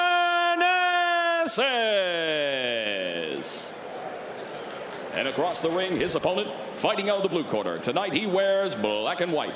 He stands 5 feet 6 inches tall, his official weight 144.7 pounds. He holds an MMA record of 3 fights, and tonight makes his BKFC debut. Fighting out of Gonzales, Louisiana, here is the loose cannon, Cody Mitchell. And our referee in charge of the action, Nick Sherlock. You saw Johnny Bedford in the corner of his fighter, Brandon Meneses. Bedford told us that he relayed to Meneses, if Mitchell comes at you hard, use footwork, use accuracy. Round number 1, and there is that hard, fast start off of the scratch from Cody Mitchell. He's in the black trunks. Blue trunks for Brandon Meneses. Stepping in with a naked right hand into the clinch, now overhooked, then the underhook snatched right back by Cody Mitchell. Mitchell just coming forward with reckless abandonment, Sean, right from the very beginning. Mitchell switching to the S-grip. That drew the break from referee Nick Sherlock. Right back to it, center of the ring. There's the naked right hand again. Big swings from both fighters. Walk down pressure from Mitchell. Meneses trying to settle on his back foot and get into the clinch. Both fighters throwing to the body on the double unders. There's the separation from Sherlock, keeping this fight moving here in round number 1. You can tell right now Meneses is trying to time that when Mitchell comes in, just laying that right punch. Get into the clinch. The circle over the neck. There's the separation. 105 remaining, round number 1. Again, Meneses naturally right-handed. You see, fighting in his preferred southpaw position, but that puts a lot of power in that lead hand, that right jab. There's the naked right hand from the rear right hand of Cody Mitchell. Throwing that with power. Double unders again, snatched by Meneses. I like how Meneses keeps turning his opponent and leaning on and pushing him into the ropes. That will wear you down as the fight goes on, Sean. Very wide stance for Meneses. Trying to get his movement going here, latter stages of round number 1. Meneses taking that right hand, shaking his head no. Mitchell slowing down his pace. And this is something Mitchell, Chris, really talked to us about. Go hard and fast, but don't go all out to empty the gas tank. Well, and that might be something from Meneses trying to push his opponent into the ropes like that. That wears you out. You lean on your opponent. You make him carry your weight. Exhale from Cody Mitchell on the separation from Nick Sherlock. Final seconds, round number 1 of this featherweight bout. Cody Mitchell, Brandon Meneses, both making their BKFC debut. Very competitive round number 1. There is the bell. And that was a very good round 1, Sean. But I think you're going to see as this fight goes on, it's going to be who's ever able to implement that game plan. Who's going to wear out? Who's going to be able to pick their opponent apart? Deep breaths, deep breaths, deep breaths, deep breaths. All right, let's go. Now we just need to keep moving, right? Easy to make him miss. When he clinches, we got to throw. We can't just clinch with him, right? He's strong as shit. He is strong. He's going to fucking wear out. I'm bringing this to him the next round, but breathe right now. Breathe right now. Take what you want. Deep breaths. Deep breaths. I just need a little more accuracy, or a little more volume. And Sean, if you were able to hear, that's obviously great advice right there from the corner. That's a former champ giving that advice in Johnny Bedford. This is what we talk about. You keep leaning on your opponent. He's big, he's strong. He will wear himself out. Going is too far away. Close the distance. Let's go, Cody.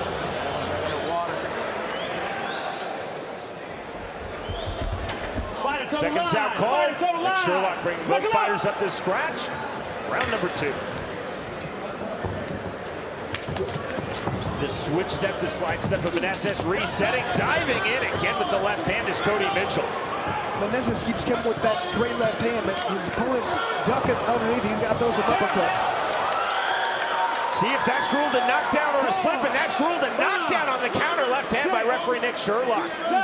No protestations from Cody Mitchell, taking the mandatory 8. See swelling under Mitchell's left eye. There's a short shovel left on the turn in the counter, landed by Meneses. Mitchell again stepping in with the big right hand. Reset from range. And Superman punch from Meneses. That's the warning there from referee Nick Sherlock. Some states we go to with BKFC, they're all right with the Superman punch. Other states, such as Louisiana, they are not. So Andy went through about 8 of them in this fight. That's when we were in South Carolina. Tonight we're in Louisiana. The fighters back to the center circle. 50 seconds remaining, round number 2. And Mitchell keeps ducking that head. It's working for him right now, but he's got to be careful. When he gets cut with that uppercut, that's going to be a painful shot. Saw the shuffle step again from Meneses. Meneses a very wide, almost kickboxing stance from the outside. Ortho to southpaw, you see the hands continuing to meet in the center. Mitchell off of his back foot. Still trying to reset. Good duck under on the left hook. Mitchell nearly turning 360, nearly turning again. 15 seconds remaining, round number 2. You see the inside hand fighting. Ortho versus southpaw. Quick jabs from Meneses. We got to work, gentlemen. Again with the right hand. Mitchell continuing the load, entering. Another duck under on the right hook from Meneses. That is the end of round 2. Sean, another very close round, but that knockdown might make a big difference in this fight. You got to close that distance. You're not getting it. You're shooting too far away to where you won't get counterpunched. He's sliding back every time you come in, so change your step. Double your step up, boom. Okay? You got to watch the extended fingers on that touching. You got to keep your hands closed when they go forward. Both sides. Both sides. Keep your hands closed, okay? Here's a look. I'm thinking of this knockdown right here. Just a nice little straight punch right there that did the damage. Good call on seeing that. It was the shovel left, but then the straight right to the forehead landed by Meneses. Meneses really needs to start looking at that uppercut right there. Mitchell's doing a good job of ducking that head to get underneath that punch, but he's looking straight down. If he throws the uppercut It's that one that you don't see that does all the damage. And if he can't see that punch coming, he gets hit with it, he's probably going down. Round 3. Between rounds 2 and 3, referee Nick Sherlock going to the corner of Cody Mitchell, telling Mitchell you have to keep your fingers in. Fingers can point up or down. They cannot legally extend towards the face of your opponent. Mitchell's doing a good job of leaning back, but he's got to be careful. If Meneses keeps coming forward, you have nowhere to go in that situation. Mitchell still sitting on that right hand, threw it there. Leaning way back, just getting that right hand ready to go. Mitchell off the jab. Lean 1-2 from Meneses, then right back out. Starting to see the fluidity of footwork from Brandon Meneses. Meneses just slapping away the lead hand of Mitchell. Watch his skinny fingers. You see Mitchell just waiting for the right time to unload that right hand, waiting for Meneses to come in so he can land the punch. Problem is, if he doesn't come straight in, that punch will not land. Jab to the body. Visionary punch from Mitchell. Trying to get Meneses to move. Meneses resetting. Meneses trying to step in with the 1-2. Double jab, good counter on the right hand. That was a shovel hook from Mitchell. Meneses took that punch very well. Slight swelling now under the right eye, Brandon Meneses. 30 seconds remaining, round number 3. We're in the featherweight division. Good left hook from Meneses on the entry. Break, clean break. Separation from Nick Sherlock, right back to it. Let's go, guys. We got to work. You see right now, Mitchell trying to step outside that lead foot like he talked about in our meeting. There it is right there. Just gotta let go of the right hand when he does that. Good steps from Mitchell. And looking to throw the right hand. He threw it after the bell. It did not land. We move to round 4. And Sean, right here we have a very interesting fight going on where you have a lot of volume by Meneses, a lot of power by Mitchell. Slow your heart rate down. What about grabbing your front hand? Y'all got to watch those hands and extend. Y'all can't keep grabbing your hands like that's not even there. I can't pat. Yeah. No. I can't parry. You can parry, but you can't reach out and grab his hand. You can't grab his hand. Deep breaths, deep breaths, deep breaths. Bro, we got punch. Don't let him beat you to the punch. You already taught. Okay, you got to get close and let him go. You got to let him go. Because you're countering him, but you're waiting too long.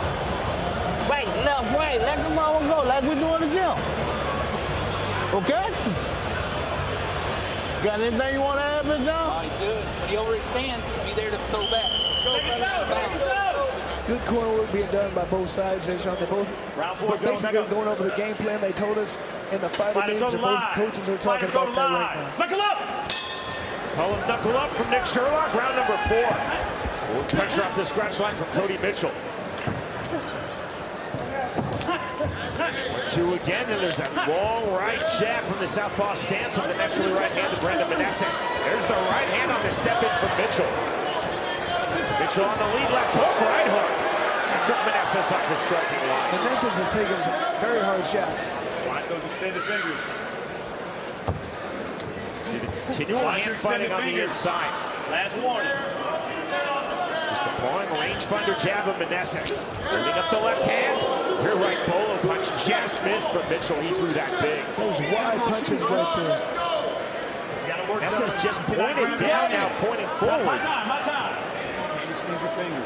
Referee Nick Sherlock is going to talk to Cody Mitchell about extending his fingers. Ready? Again, it's the same as in the unified rules of MMA. You cannot legally extend your fingers towards the face of your opponent. You either have to make a closed fist. If you extend the fingers, they can be straight up or straight down. Sean, I've always been amazed at how few eye pokes you actually get in this sport. Right hand misses again. Meneses just turning that over. Overhand right, just off the mark from Mitchell. Big overhand right, that landed, allows Mitchell to enter into the clinch. Break. Knock him up. Mitchell, there's that left uppercut just off the mark. Feint on the rear right uppercut from Meneses. The briefest of moments, Meneses had switched ortho back to southpaw. Left hook on the inside from Mitchell. Mitchell's landing some big punches. Meneses has a great chin. Meneses, that was clever, feinted with the jab, then through the two. Both fighters most definitely having their moment in this bout. Closing stages, round number 4. Forward pressure again, jab to the body from Mitchell, swing and a miss from Mitchell. The elusiveness of Brandon Meneses continues as we move to the 5th and final round. If Meneses could capitalize on those wild looping shots from Mitchell, sometimes it would make it a much easier fight for him. He's got to be in position, wait for those punches to be thrown, and then land those counters. Let's go, deep breath. We're in a fight. You see right here, watch. There's those big wild punches landed right there for Mitchell. Double your jab. The man 6 inches from here. He can't go nowhere but back to those ropes. Double your jab and sling it. I'm steady telling you, sling it. You countering, but it's not good enough. You're not ready. Okay? But it's closer than you think to win in fucking Louisiana. We gotta go. You threw fucking 12 punches that round. We gotta throw. Okay?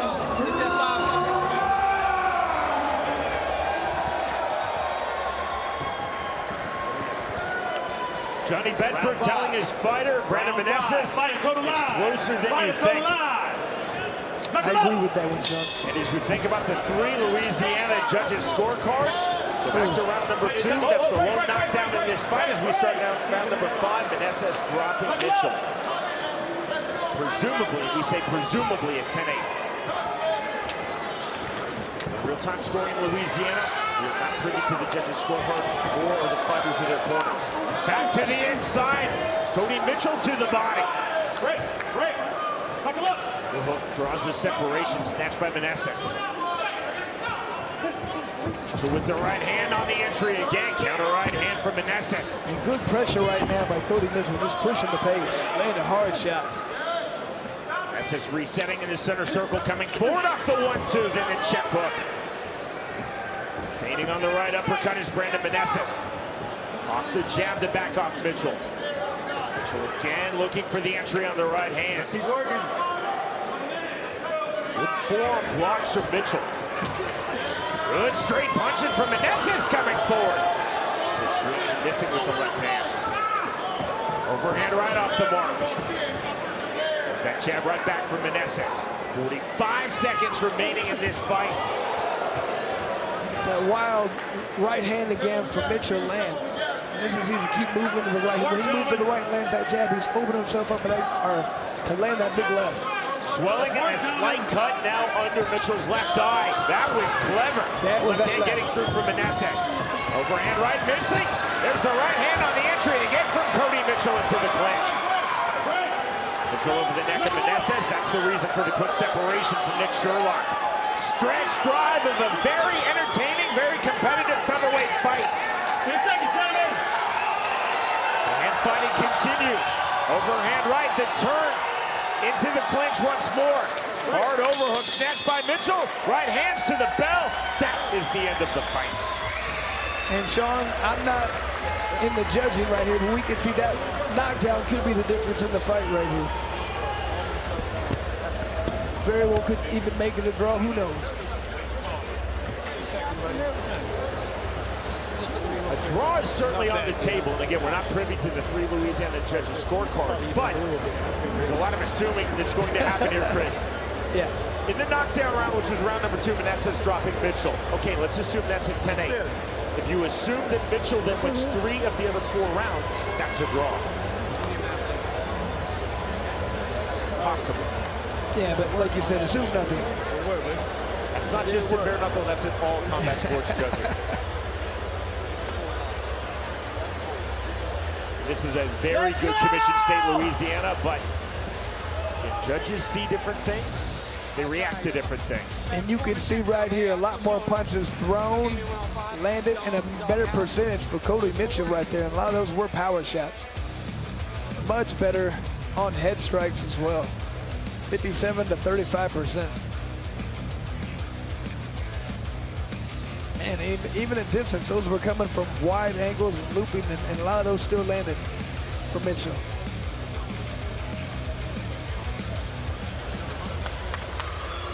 Two things are clear. Number one, that was really competitive. Number two, both fighters most definitely had their moments.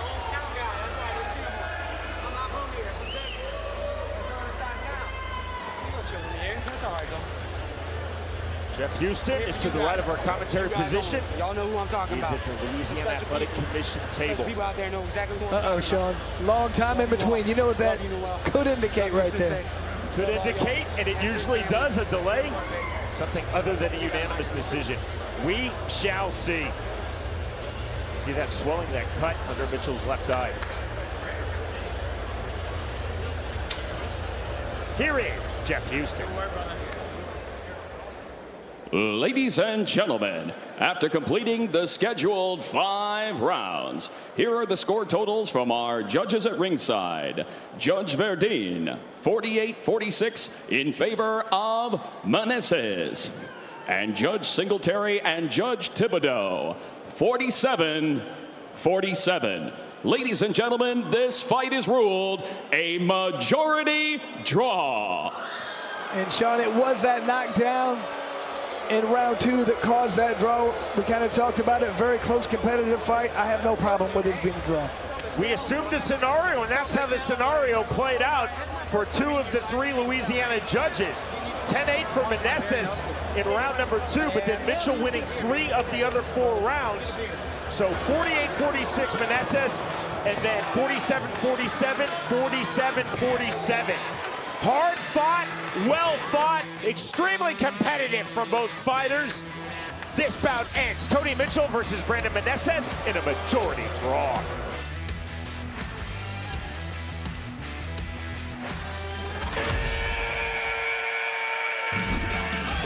Welcome to the new BKFC app. Watch every live Bare Knuckle Fighting Championship pay-per-view event for $7.99 a month. Enjoy our all-new library of content, including behind-the-scenes access, exclusive BKFC original series, and additional live bare knuckle fights from around the globe. Knuckle up with the new BKFC app, only $7.99 per month. Let's go! Tonight only, you'll receive a free gift with any purchase of $25 or more at bareknuckleshop.com. Check out the huge selection of merch to choose from with sizes and styles for everyone. You can place your order now at bareknuckleshop.com. And again, a reminder, if you spend $25 or more, you'll receive a free gift. So knuckle up at bareknuckleshop.com.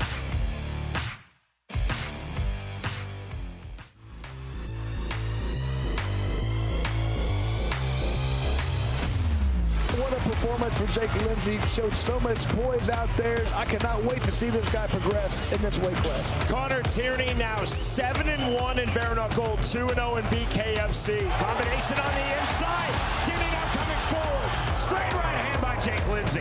What an amazing performance right there. You're about to fight the greatest bare knuckle fighter on the planet. Left hand. And Chris Young stops it on the one-punch knockout win for Connor Tierney. Don't expect anything more than a loss.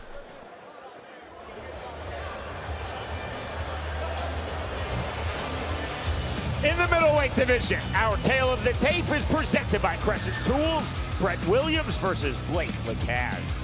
And Sean, you're not going to see a bigger discrepancy in reach right here. We have a 12-inch reach advantage for Blake Lacaze. That is huge. You know he's going to want to keep his opponent at bay. Brett Williams has got to get inside and land those heavy punches that he has. It's up to Blake to continue to pop that jab, to use that reach to make his opponent pay every time he steps close.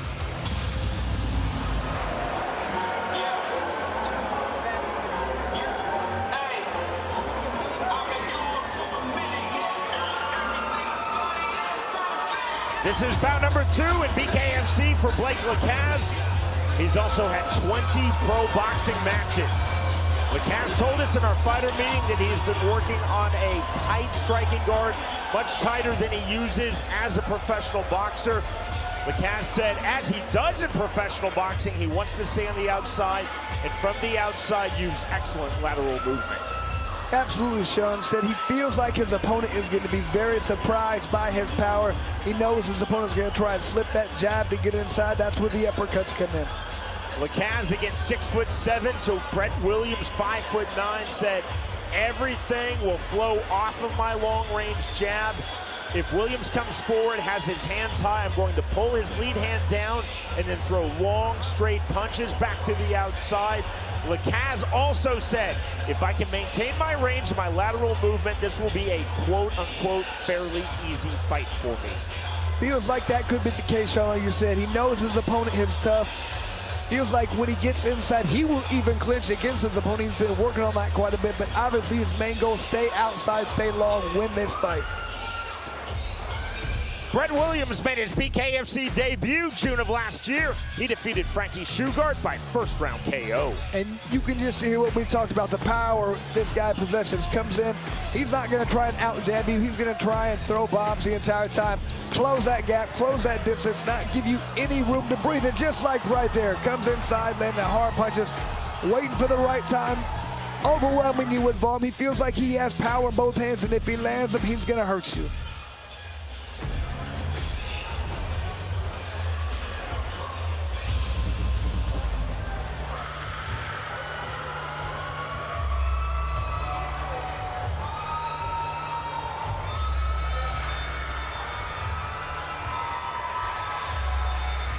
Bout number 2 in BKFC for Brett Williams. He's had one pro boxing match, one bout in AMI MMA. Williams was a high-level youth Greco-Roman wrestler. He told us he is going to use his Greco-Roman base in the clinch against Blake Lacaze to break his posture. Williams said, I know that I have to solve his reach. I have to go to the inside. I have to be heavy in the clinch.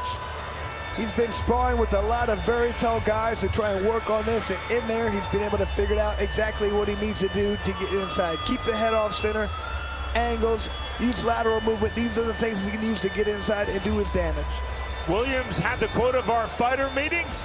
He said, look, Blake Lacaze is the superior boxer, but I am the superior fist fighter. I'm approaching this as a fist fight. I think Lacaze is approaching this as a boxing match. Short punches, lateral movement, dominant in the clinch.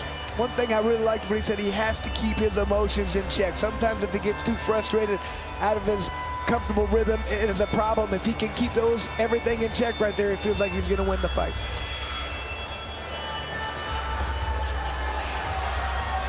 Back we go to Jeff Houston. Ladies and gentlemen, we are set for the next fight of the night. Scheduled for 5 2-minute rounds in the middleweight division. Presented to you by Knockout Gummies. Introducing to you first, fighting out of the red corner. Tonight he wears black and gold. He stands 6 feet 7 inches tall. His official weight, 175 1/2 pounds. Tonight, he steps into the squared circle for the second time. Fighting out of West Monroe, Louisiana, here is Big Boy Blake Lacaze. And across the ring, his opponent, fighting out of the blue corner. Tonight, he wears blue trimmed in black and white. He stands 5 feet 9 inches tall. His official weight, 175.4 pounds. He holds an undefeated BKFC record at 1-0. Fighting out of Pensacola, Florida. Here is the undefeated Brett the Widowmaker Williams. And our referee in charge of the action, Bobby Wambacher. Chris, so often you and I talk about range fights. This is the quintessential range fight. Both fighters recognize it as such. Lacaze said long, straight punches from distance. Williams said short, sharp punches from the clinch. Round number 1. Blue trunks for Brett Williams, black trunks for Blake Lacaze. Lacaze, not only is he 6'7", to Williams 5'9", he has a very tall traditional boxing stance. See the feints, the level changes from Brett Williams. Right now, this isn't the range Lacaze wants to be. There's the one. Long off the jab. Williams showing patience. Downward jab. Now circling on the outside. Williams looking for the entry. Shovel hook lands, then the jab by Lacaze. That's what Lacaze has to do right there. Lateral movement. Every time the opponent comes in, he cannot get pushed against the ropes just like he is right now. Now this is exactly where Brett Williams wants to be, in the clinch. Heavy, as he said, trying to break the posture of Blake Lacaze with his Greco-Roman base. There's the separation from Bobby Wambacher, right back to it. 60 seconds remaining, round number 1. See that very tight striking guard of Brett Williams. Lacaze not getting those 2 jabs through that guard of Williams. Jab again, not there for Lacaze, but those jabs are keeping Williams at distance. And that's what Williams needed to use, that double jab to get inside, or duck underneath one of those jabs to get inside. Over under on the turn from Williams, hands free. There's the natural separation. Good refereeing by Bobby Wambacher, letting the 2 fighters work out of that inactive clinch. 20 seconds remaining in a very intriguing middleweight fight, round number 1. Williams doing a good job of keeping that high, tight guard, making that jab not really be effective so far. It's keeping him at bay, but it's not landing. Jab to the body from Williams, diversionary, naked right hand, almost an overhand right from Lacaze. That is the end of round 1. Man, when Lacaze pops that jab, makes it nice and fast and hard, that's a problem. He should be doing that a lot more often. Just continue to pop that jab out there. Hey, let's make Williams think about it the entire time. Feint that jab, hit him with the hook. That son of a gun got them hands way out in front of him. Let's sit tall. Let's get my water out. Hey, grab the bucket. Hey, water. Hey, he's got them little hands way out in front of him. So make that little feint, hit him with that left hook. He's worried about that jab. You have to do it twice. Give me a good deep breath. Other than that, you're doing good with the side to side, but side to side is hard to fight. Okay? Yes, sir. Like I said, they ain't got to be big. Let's just touch this motherfucker first, okay? Let's go. Seconds out called. At the top of the hour, our main card begins. BKFC 36, our first time in New Orleans. You can see it live worldwide on the BKFC app. Round number 2. Brett Williams versus Blake Lacaze in the middleweight division. Jab to the body from Williams. And that's where if Lacaze can start throwing uppercuts as Williams tries to get in with that jab, that's going to be a problem for Williams. Driving forward. Could have hit the takedown if this were MMA. Williams showed the restraint. Right back to it.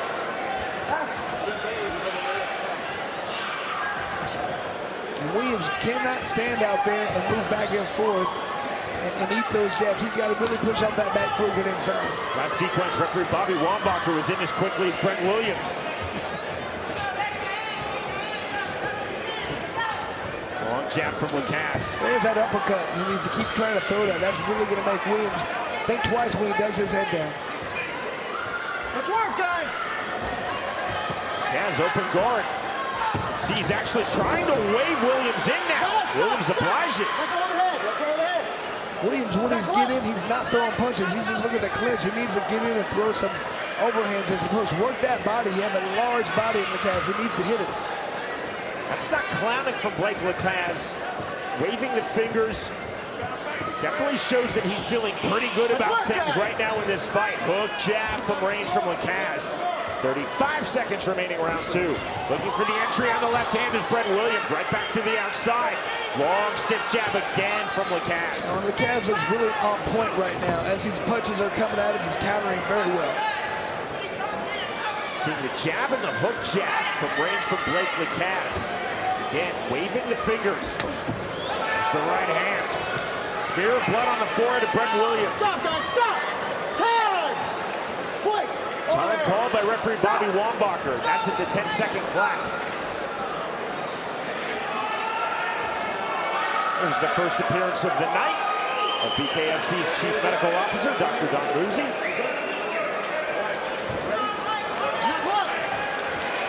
Ruzzi okays this fight to continue. Time in from referee Bobby Wambacher. Final seconds of the second round. Good jab from Williams. Next stop, round 3. And that round, in my opinion, was clearly Lacaze. He's looking very confident, very comfortable right now. A lot of times in people's second fight, that's been happening. I don't have no water. Huh? Hold this cup off. What's wrong with it? Nah. Hey, listen. keep pecking away at that cut. Keep pecking away at that cut. He can't fucking fight with me. Oh, I know it. Hey, but don't get, that's why I don't want you to wrestle with him.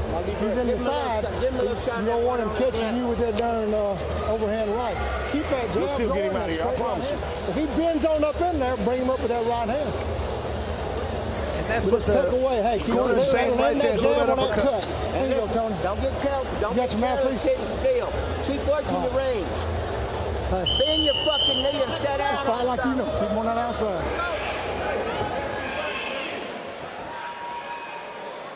Both fighters towing the line. 3 feet apart.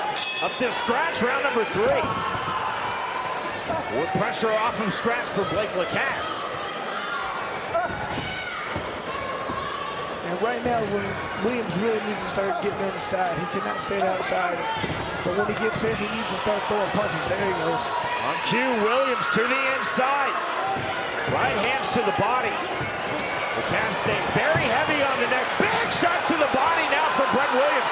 This is exactly where Williams wants to be. Underhook snatched by Lacaze.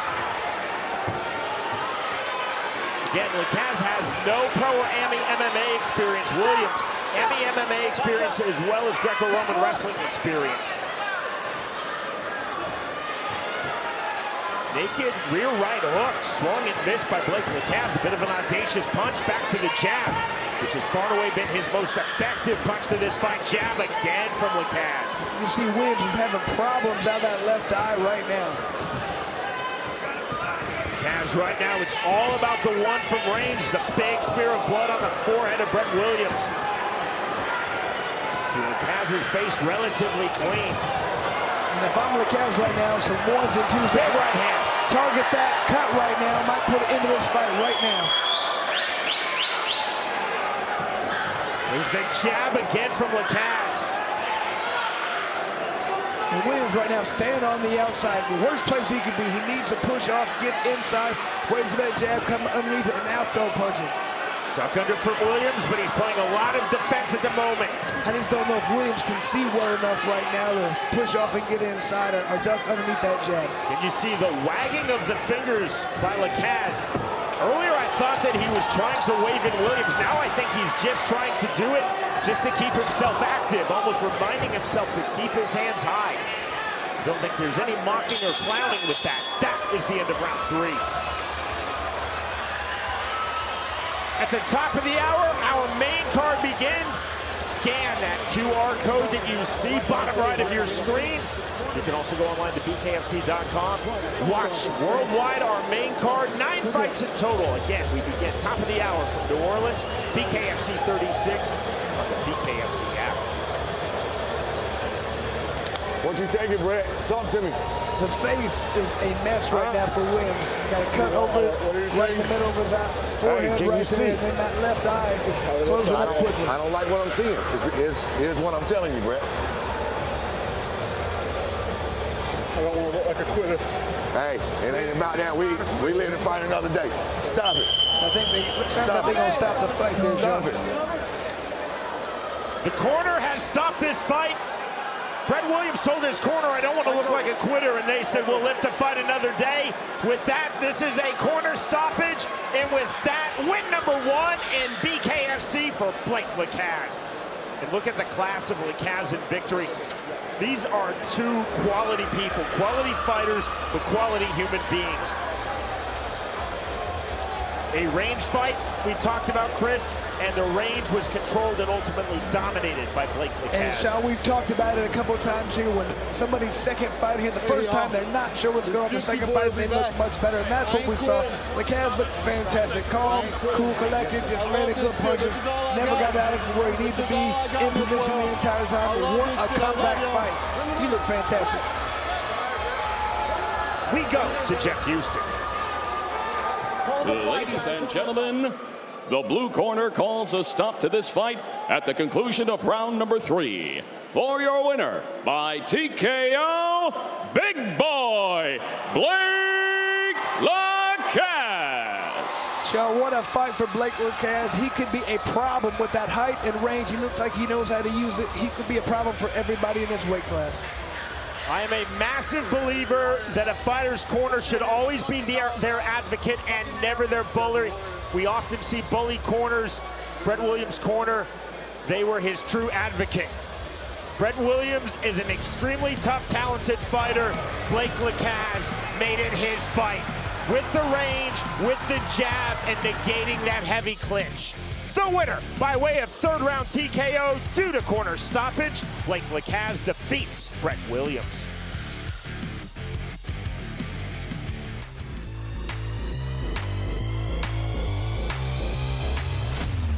What a performance from Jake Lindsey. Showed so much poise out there. I cannot wait to see this guy progress in this weight class. Connor Tierney now 7-1 in bare knuckle, 2-0 in BKFC. Combination on the inside. Tierney now coming forward. Straight right hand by Jake Lindsey.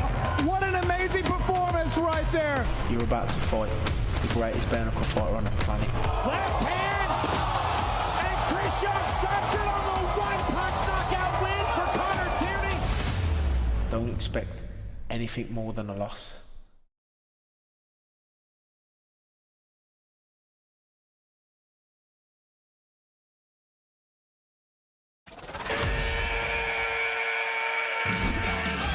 Welcome to the new BKFC app. Watch every live Bare Knuckle Fighting Championship pay-per-view event for $7.99 a month. Enjoy our all-new library of content, including behind-the-scenes access, exclusive BKFC original series, and additional live bare knuckle fights from around the globe. Knuckle up with the new BKFC app, only $7.99 per month.